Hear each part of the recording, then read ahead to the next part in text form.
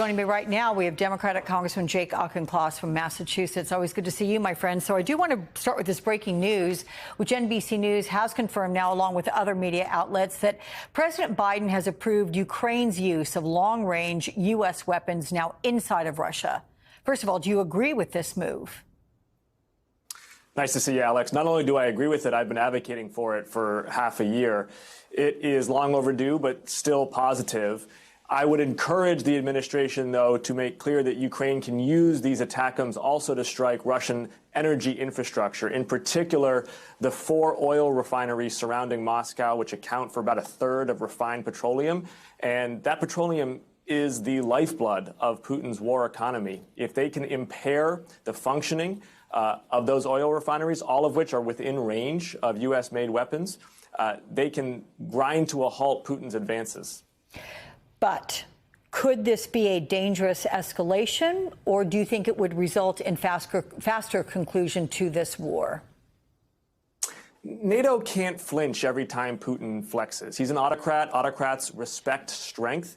NATO needs to demonstrate strength, not just to the Kremlin, but also to Beijing and to Tehran and to Pyongyang, all of which are vested together in an axis of authoritarianism, seeking to probe for weak spots amongst the West and looking to exploit any weakness that they find. We have to demonstrate in Ukraine, on the front lines of the free world, that the United States and NATO are going to stand with freedom and democracy wherever they're under attack.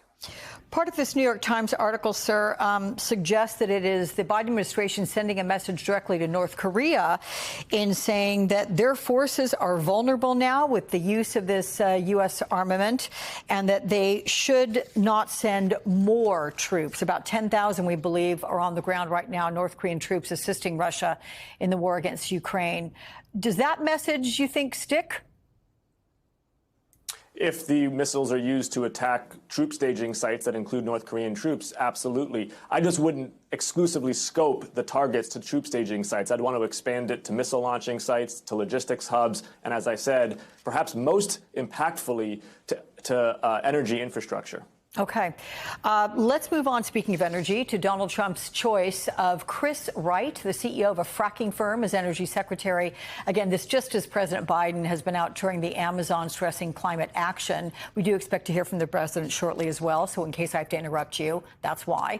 How do you see this pick impacting the country's environmental goals? And as a member of the Transportation Committee, specifically President Biden's push for zero carbon transportation? Alex, if I were a senator, I wouldn't vote for him. Let me tell you, though, that I actually remain at root optimistic about the United States' ability to take climate action and to work with the rest of the world on achieving our climate goals by 2050. And the reason is that the Inflation Reduction Act has turbocharged the clean energy transition. We're seeing fission, fusion, solar, geothermal, wind, all adopted at utility scale. And I think that we have unleashed the animal spirits of the private sector and the ingenuity of our scientists and technologists. And I do think that we're going to be able to continue to make progress, even as we Democrats in Washington fight to protect our natural habitats from drilling. But let me tell you where I'm deeply concerned, where I worry that we can do profound damage, and that is in health and human services, where Robert F. Kennedy might do to America what he did to Samoa. In 2019, he flew to Samoa as part of his anti-vax road trip. He derailed their vaccination campaign. And then what happened next, regrettably, is predictable. Measles had an outbreak. Thousands died. Thousands were infected. 83 died, the majority of whom were children. And it was Kennedy's fault. And if we do that in the United States, it could be hundreds and thousands. Are there guardrails in place to prevent Kennedy from doing that if he is confirmed?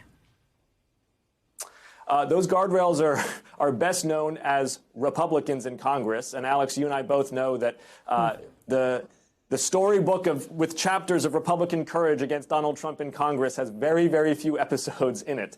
So we need Senator Bill Cassidy, who is the chairman of the HELP committee in the Senate, which will be vetting Robert F. Kennedy, to make clear that an anti-vaxxer, somebody who is against fluoridated water, which has improved dental health for children, somebody who thinks that high-speed internet is causing leaky brain syndrome, somebody who thinks AIDS is not a virus, somebody who thinks that gun violence is not a social determinant of health, that someone like this does not belong anywhere near the levers of health and human services.